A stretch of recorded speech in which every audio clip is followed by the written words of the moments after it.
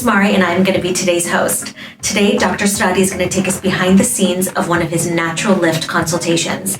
Do you want to see if you're a right candidate? Then stay tuned to see. So, Dr. Sadati, tell us what it's like to be in a natural lift consultation with you. Well, natural lift is my way of doing lower face and neck lift in a natural way. So basically, before I go to explain to patient what it involves in terms of surgery and techniques, I make sure they have the realistic expectation. So my goal is here to figure out why patients are here, to hear their story. I want to hear what is it that they see in the mirror, in a selfie, in a video, that they feel that part of their face is not matching how they perceive themselves in their head. Basically, there's a mismatch of how you perceive yourself and how you look on the outside.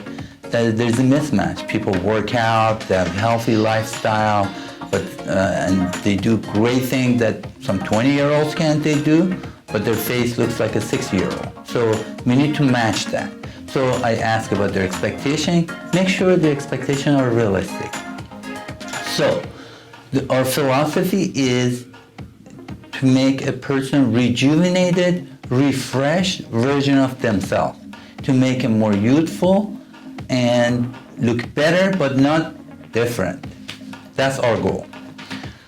We're not making Barbie doll or movie star here. That's to begin with.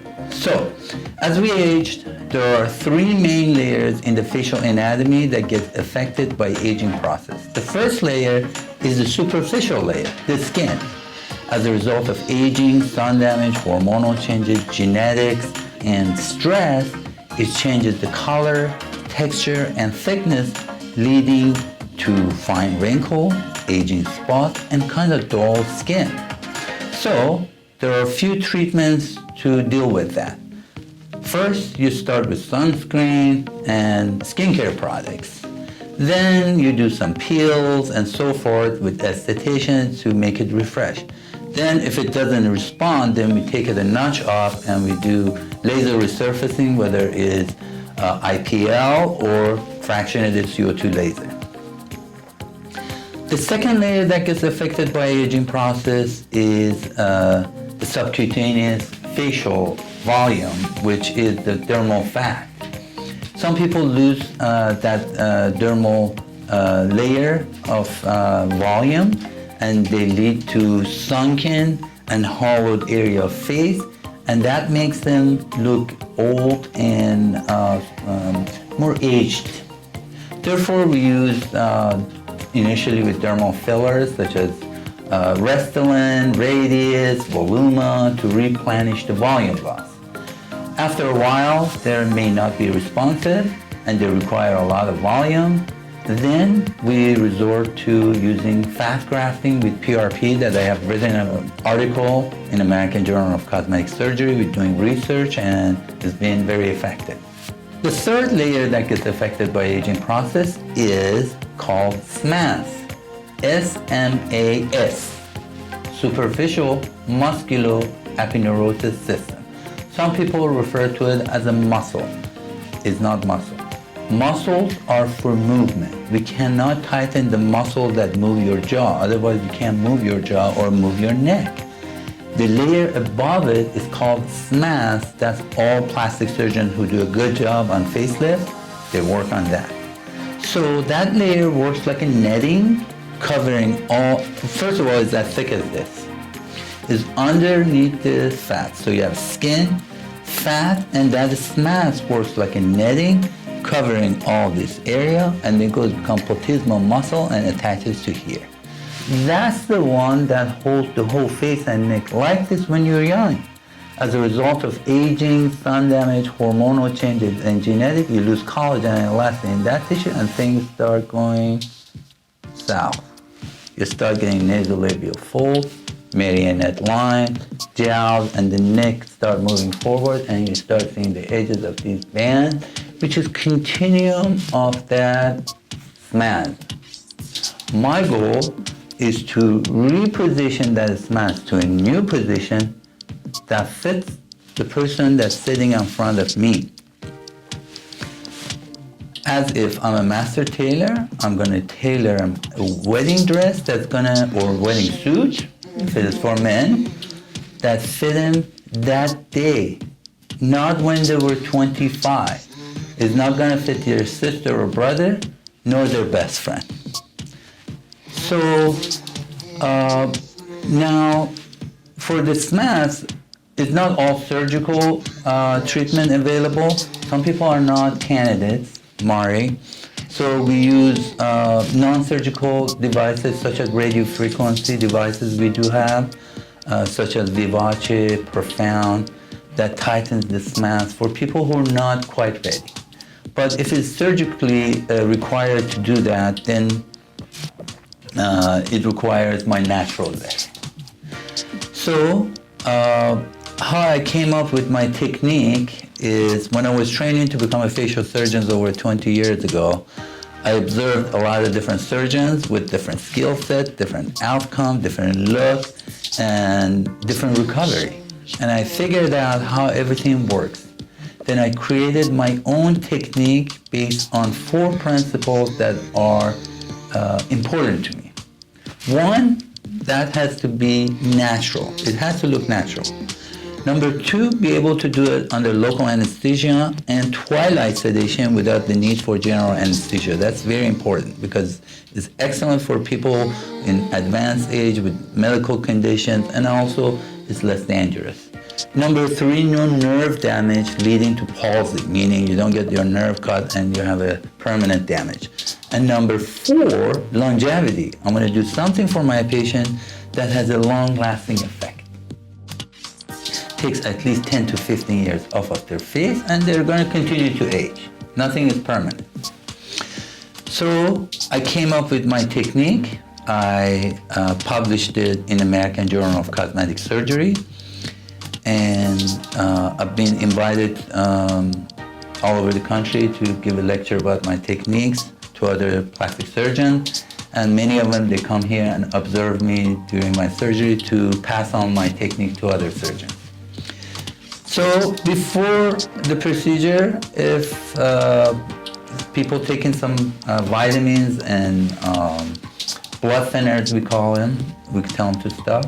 The day of surgery, they show up here. My nurses take their blood pressure, vitals, and they give them a bunch of pills initially to relax them. Then I mark whatever I need to do on that SMAS, I mark them on their skin. Like when you go to a tailor, they make you stand up and they mark everything on their skin.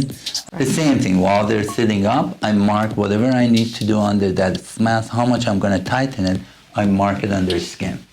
Then we let them relax. After 45 minutes or so, they become more calm and relaxed. We take them to the operating room. There we're gonna give them a little IV and they go completely to sleep. Now they're asleep, but they're not intubated, meaning there's no machine breathing for you. It's like colonoscopy, it's called twilight. Now, I use this opportunity while they're comfortably asleep to inject and block all the nerves in the face and neck area. That takes me half an hour to do. But when it's numb, it's numb for over 12 hours. The procedure normally, if it's lower face and neck, takes about 2.5 hours. So not only they don't feel pain during the surgery, but also when they go home, they don't feel any discomfort. So normally my patient, 95% of my patients take Tylenol. So after everything is numb, then if they have some fatty tissue here, I make a small incision here with a very tiny little instrument called cannula. I do sculpt the neck and jowls area. If there's a band here, if there are bands here, I will tighten them together. It's called placysmoplasty. If they don't need it, I won't do it. Then I need to take the SMAS back to the original position. So I make a small incision here in the hairline, goes inside the ear, comes out inside the crease here to hide it, and over and stops here. Now, after I make the incision, I lift up the skin just a little bit around here to see the SMAS here. But remember that SMAS goes all the way to here. I would not lift the skin beyond here because there's a nerve here that moves your face and mouth that I've done over 3,000. Zero nerve damage because I stay in the safe zone. I never violate the tissue in this area. Now, let's assume the SMAS in this area and this area, which is as thick as this actually, is gonna look like this, wrinkled here and loose here. So I won't lift the tissue all the way here to fix it. I just lift the tissue around the ear to see the SMAS here. Then I grab the SMAS, lift it, fold it, and suture it. That's my technique, like a C shape. One layer, two layers, 3 times. So this is not gonna fall that easily. Remember we said longevity? Right. And we didn't want to have nerve damage. Now, the key to my technique that people are going to look natural and youthful without looking cool is the way I tighten the SMAS. That's the important part. So I will not tighten their cheek as much as I'm going to tighten their jowls nor their neck. So at this point, I only tighten the SMAS 20 to 30%, 30 to 40%, 40 to 50%, 50 to 60%. Gradually increasing till 100% here. Next depends. Some people come with a little bit, which is 110%. Some people come with 300% if their neck is hanging down here. So that's adjustable. That's what I say is like a tailor. I can't do one thing for everybody. So after the SMAS is tightened in 3 layers and gradually, now I need to trim the excess skin. Now the skin and the SMAS were loose like this. I tighten the SMAS underneath. All the loose skin is going to be sitting out here. Then I go ahead and trim the excess skin around the edges. When I let go, the skin comes and sits next to the incision line with no tension. Tension causes scar. We don't want any scar. Then I put everything back together with very fine suture, as fine as their hair. I don't use the staples. I don't let my assistants nor the surgeons who come and observe to do the surgery. I do everything from A to Z. Now at the end, there is going to be a small drain on each side that sucks the dry blood out so the patient don't become bruised and swollen. Then we wrap them like a mummy, like a big old wrap. And that's for reducing pressure. We don't want reducing swelling. It applies some pressure to reduce swelling. So, and also prevent bruising. That stays for 1 night only. So they go home. Normally they take Tylenol. Their right bring them here the next day. We remove the head wrap, remove the drain, and show them how to clean it. And a week later they come back and we remove and reveal the whole thing, which is removing the sutures. That day, everything looks great. So they can go to a mall and with hair down, nobody can ever say that they have surgery done. But they can see and the result immediately how well it looks. But obviously there's some numbness and swelling involved that is gonna go over a period of time. But they're not like looking like a swollen like a pumpkin after a week. So it's very natural, it's excellent, my patients love it, and I love to do it too. Wonderful. Why don't you tell us about how do you know when someone is not a candidate for a natural lift? Age is not a criteria for being a candidate or not a candidate. I've done surgery on people who are in their mid-30s. They have some sort of skin disorder that literally the skin comes like this far out and they have loose skin and they have a little 3-year-old walking with them and a wobble in their neck. Obviously, that is important to do.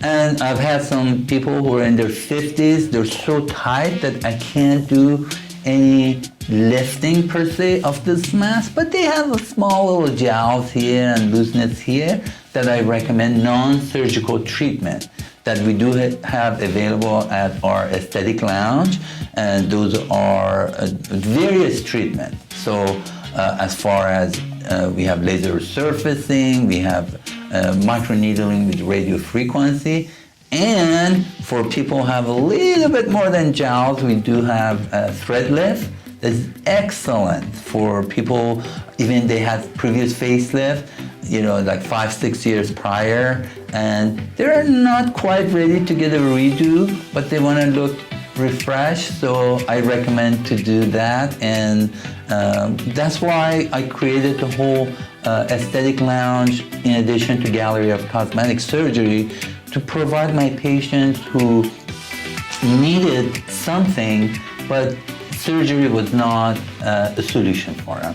So I want to be comprehensive caregiver for people who walk in my practice, to give them the best. We have the best providers, and so I'm happy to help people to keep them youthful and keep them the inside and outside matched, however it is, whether it's surgical or non-surgical. So Dr. Sadati, why don't you tell us about the longevity of your facelift and how they can make it last a little bit longer? Facelift is, what it does, it takes the clot back.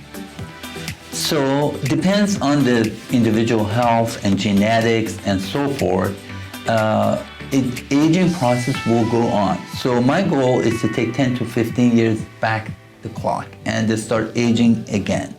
So in the process, there are people who would like to maintain their result. They need to do certain things to maintain it, like microneedling, radio frequency, PRP injection. It's like buying a brand new car, right? So you go buy a brand new car, you can't just hope I bought a Porsche and I'm gonna run it because it's a great car, and not changing the oil, not putting air in the tire, not washing the car, and hoping that it's gonna be the same model 10 years down the road. No, that's not gonna happen. But you see some cars that are from 20 years ago, but the individuals take care of it, take care of the oil, polish it, clean it, maintain it, and the car looks beautiful even after 20 years. That's how it works. The same thing for the face. You have to take care of it. So you do a facelift, you take the clock back, now you got something beautiful, now you need to maintain it. So that's why we have Aesthetic Lounge with great providers that can help my patients who have done facial rejuvenation to keep maintaining their face results. Wonderful. Thank you so much, Dr. Sadati. My pleasure, and thank you for having me. Of course.